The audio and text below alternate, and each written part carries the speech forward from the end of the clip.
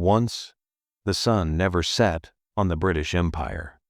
Red flags covered the world map. Ships ruled the oceans. London controlled money. This wasn't just an empire of land. It was an empire of finance. And yet, that empire collapsed. Not because of invasion, not because of rebellion, but because of debt. Today, Britain carries a hidden cost of empire, more than $35 trillion. Here's the uncomfortable question. If debt destroyed the richest empire in history, what happens to the world's current superpower? To understand the mistake, we have to go back centuries. Britain didn't conquer the world with swords alone. It conquered with banks. Wars were funded by loans. Soldiers were paid with borrowed money.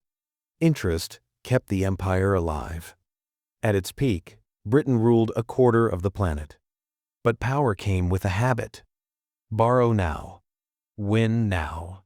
Pay later. At first, it worked. Imagine a household. Every month, you borrow money just to pay last month's bills. No collapse. No panic. Just delay.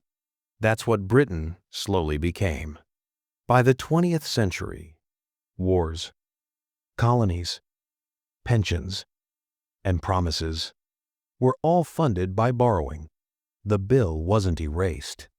It was postponed. Think of the empire like a credit card. At first, it feels powerful. Swipe. Build roads. Build armies. Build influence. Britain invented modern government debt. Selling bonds. Paying interest. Rolling old loans into new ones. As long as growth stayed strong, the system survived. But debt has one rule. Interest never sleeps. Even when Britain stopped spending, the amount owed kept growing. Then came the accelerators. World War I. World War II. Britain won the wars.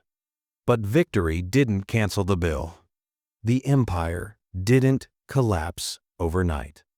It was slowly pawned off. Colonies were released. Military power shrank. The pound lost dominance. Debt became the real ruler.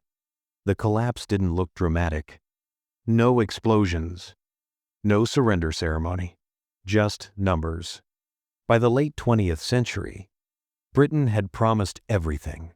Pensions, healthcare, welfare, war repayments, all funded by future taxpayers. But empires don't have infinite futures. Industrial dominance faded. Competition rose. Interest kept compounding. Today, economists say something unsettling. If you include promises, pensions, and obligations, Britain's true debt crosses $35 trillion. Not always visible, not always discussed, but unavoidable. Now look across the ocean. America. World's reserve currency, world's biggest military, world's largest borrower, over $34 trillion in official debt, and much more hidden beneath. Sound familiar? Here's why this matters to everyone. When empires drown in debt, inflation rises, currencies weaken, middle classes suffer, power shifts quietly. Debt doesn't explode systems. It hollows them out. Britain didn't become poor. It became limited. Today, America stands at the same crossroads. Print money, raise taxes, cut promises. Every path has pain.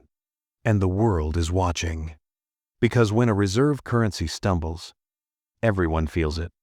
Britain's biggest mistake wasn't building an empire. It was believing debt had no consequences. Empires don't fall when enemies attack. They fall when math catches up. Power isn't about size. It's about sustainability. History doesn't repeat itself exactly, but it rhymes. And right now, the rhyme is getting louder. So here's the real question. Is America repeating Britain's $35 trillion mistake? Or is this time somehow different? Drop your answer in the comments. History is watching.